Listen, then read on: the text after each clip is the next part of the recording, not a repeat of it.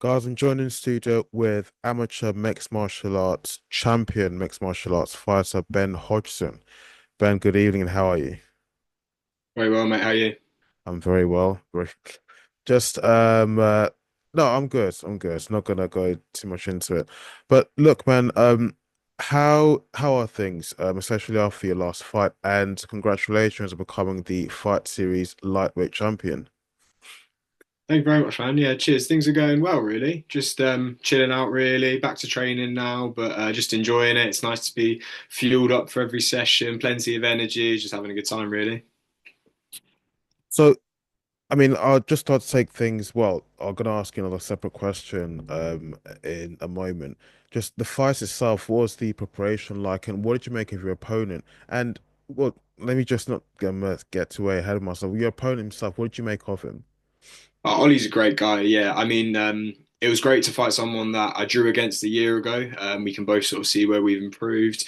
But yeah, can't speak highly enough of Ollie. Just a sound guy. I'm sure it's not the last we'll see of each other. We've both got hopes to go pro. So there's a trilogy down the line somewhere. But yeah, him, his coaches, his whole team, great guys. So it'll be good to see him in the future for sure. You guys are on good terms because I checked his Insta, and for some reason, less if maybe other fight fans are kind of throwing shade his way. He's put set it to private. All right. Yeah, I don't know what that's about, but Yeah. we're on good terms. Yeah, no beef there for sure. So look, it's f very first time me speaking to you, and as you told me before, this will be your first interview. So, um, can you give me just a brief background of your backstory and how you got into combat sports and then more particular mixed martial arts?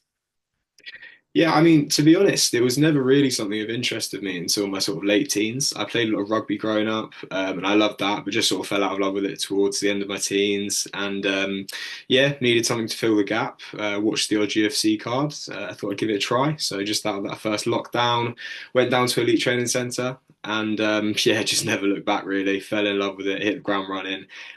Jiu-jitsu especially. I just, as soon as I did it, I knew I'm doing this for the rest of my life.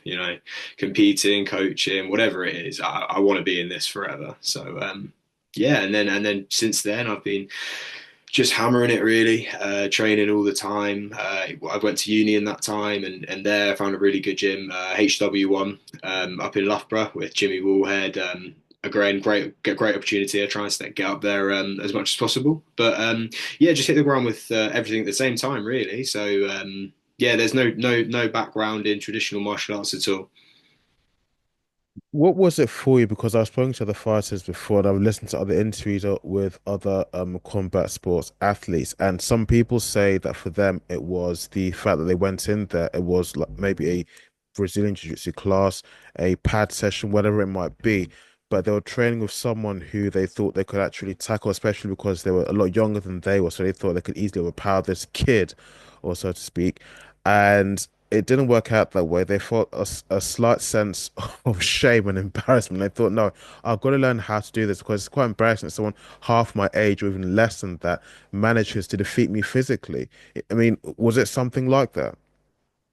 There was definitely an element of that. I mean, boxing, you get humbled so quickly, especially when you're a beginner and you don't really know how to control your power. I'm a bigger guy, so I get 100%. I don't know for certain, but I'm 100%. There were times where I've just gone in swinging at someone, no control of my body, and they've just gone, all right, yeah, that's fine. Bitten down on the gum shield, and yeah, I'm smelling colours that night for sure. And then jiu-jitsu as well, just learning how to move your body in such a foreign way. It's just it's like nothing else. There's no other sport where you're doing these sort of movements, even shrimping, all of that sort of stuff. You see it, a beginner comes down to a class, it's their first time, and we're doing line drills, and they've just got no clue what's going on. And it's almost nice to see because everyone's felt it, and it's just great to then be able to see your progression when you look back in 6 months, a year, 2 years, however long, and just see how far you've come.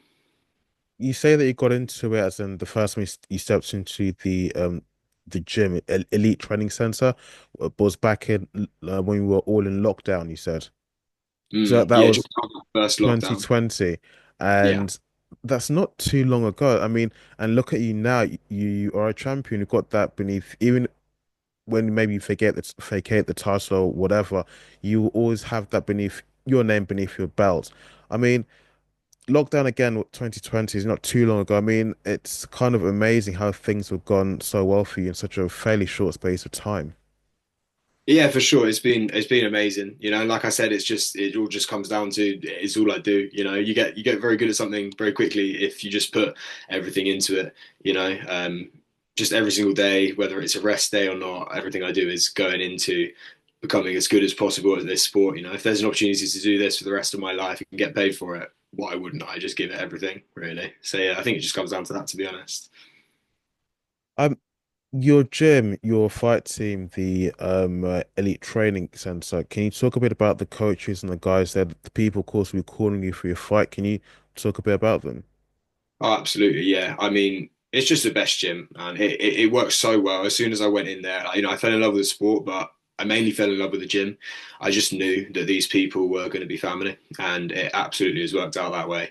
James, my head coach, James Pullen, just puts in endless time for me. He's got all the time in the world for me, and that shows. The more time we put in together, the better I'm getting, and not just me as well. Everyone in the gym, like he's a very selfless guy, and on top of that top tier coaching in other aspects as well. Mickey Lippick, wrestling. He comes down and does our wrestling sessions. Super accredited international wrestler for Northern Macedonia.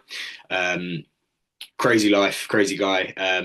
But again, just has all the time in the world for us. Just wants to see us succeed. And yeah, it's going really well. It's being able to blend those styles of all these different coaches. Yeah, it's all coming along nicely. You know, a champion, so you kind of, let's say it's one milestone you've crossed. But how many more amateur fights do you think? I mean, not just the fact that you're a champion, but your record so far, you're undefeated.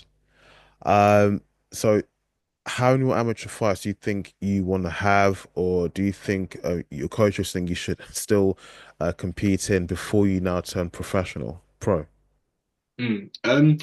Yeah, I mean, we're definitely thinking through a few different options. I think sort of a few more amateur fights, and then I'll look to sort of go pro, hopefully towards the end of next year, maybe first thing in 2026, who knows? But there's still things I want to prove to myself in the cage before I'm ready to take that jump for sure. And amateur's a great place for that. So yeah, a few more fights probably, something like that. See where it goes really. Like I said, I feel 100% confident in some parts of my game, but that's the point of the amateurs is to round yourself out a bit. So, some things I want to prove to myself in my upcoming fights, which hopefully will mean my next fights will be just improvements on my last. But for someone who is a mixed martial arts fighter, I cannot ignore the fact that you come across as quite well spoken and articulate. I mean, have you ever found yourself in a public situation where somebody may be getting on your nerves, or maybe your girlfriend's nerves annoying you, and then you've had to use your skills to defend yourself ever? Absolutely not. I had never thrown a punch until I started MMA. Never been in a Uh, fight. I'm just not that guy, which is maybe why I love it so much. It was so different from anything I've experienced in my life. It's just been such a challenge in all the best ways. I get scared every time I go into the cage. I was quite nervous before this one, but every time I get nervous, yeah, I sort of smile and I remember, okay, yeah, this is why we do it. This is why we get in there. We push ourselves so hard. You should do hard things in life, and what's harder than this? So it's a great challenge and I absolutely love it. how was the fight camp for the your most recent win? Just the lead up preparation, everything the run up to that fight. Yeah, really good to be honest. They seem to just get better every time. I think again that's the point of amateurs is every fight camp you've got an opportunity to improve on your last one. So I like to think of it as you put so much into the fight, you might as well get as much as you can out from it. Um, so every training camp, I'm thinking, what can I improve in my next one? What can I do to optimize my training, my rest, all that sort of thing. So yeah, they just seem to be getting better and better. This one was slightly longer, which meant I could sort of take a bit of a deload week in the middle. But yeah, everything's been spot on. Nutrition definitely getting a bit harder to lose the weight, but I think that's a good sign. It signs that my S&C is working. I'm putting on a bit of muscle and sort of finding where I should be for this weight class. I felt really strong in my past couple fights. As soon as we sort of get into contact with each other, I just know I'm stronger than them in my past couple ones, which is sort of the amount of time I've been really focused on my S&C and my weight cuts as well, sort of optimizing that. So yeah, spot on really. Nothing to complain about this camp at all. Now, when you do turn pro, are there any particular fight promotions that you do?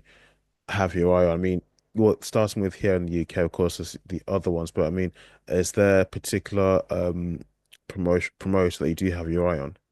Mm. Well, I mean, luckily there's loads of good options in the UK. You've got some shows up north, but ideally, to be honest, the main plan, the main goal is go pro on Cage Warriors, start getting high quality fights right off the bat, start making a name for myself as early as possible. I think there are some people that go pro on some smaller shows around and they build up a bit of a record, but I'm not interested in, a boxing approach to this. By the time I go pro, I want to be a more well-rounded package, ready to prove myself on a bit of a better stage. So yeah, that would be the plan, I'd say. Now, it might be too soon to ask you this. The year is almost out. We're finally in December, but has the next fight date been set for you? Yeah, no, nothing too soon. I'm looking to probably take a few months, just work on my skills. Like I was saying earlier, it's really nice being able to go to every single session at the moment, fully fueled with plenty of energy. I get to the end and I've still got more rounds in the tank. I think that's really valuable. I think you can improve so much more when you're out of camp than you can in camp. There are other things in camp that you improve more at. You're getting more rounds in, you're getting sharper, getting fitter, that sort of thing. But in terms of base level skills, I like to just give myself a little bit of time to focus on those before I am thinking about fighting again, really. But early next year, I'm sure it's not going to be too much of a layoff. Last but by no means least, are there any shout outs, sponsors, corners, family, coaches you want to give a shout out to? Yeah, I mean, where to start? The support for this last fight has been absolutely massive. I've got my sponsors sorted now. I wanted to do it before the end of the year, so I was really glad to get that all in line by the end of the year. So you've got Elevate Automotive, Camden House Construction, Carbon Profile, Narrowboat Day Hire. Great time if you're ever looking to rent a narrowboat. But other than that, yeah, all my friends and family are always so supportive of me. They just want to see me succeed, and I absolutely love them all. They're always making trips to come and see me. Tickets are not cheap to these amateur shows, but and they always show out, and I just appreciate it so much. Everyone in the gym, it's just the support. I really feel the support. I feel my whole team, my whole family behind me, and yeah, it means a lot to me. Fight series lightweight champion Ben Hodgson. Thank you so much for coming on the show. I'm very grateful, and definitely look forward to seeing you in your next fights. Thank you. Pleasure. Thank you very much. Guys, if you enjoyed the episode, please don't forget to leave a like on YouTube and don't forget to hit the subscribe button. If you listen to this on the audio platforms, you can also catch an audio version on Spotify, iTunes, and Google Podcasts. Ben, once again, thank you so much. Thank you. Thank you. Cheers. Take care.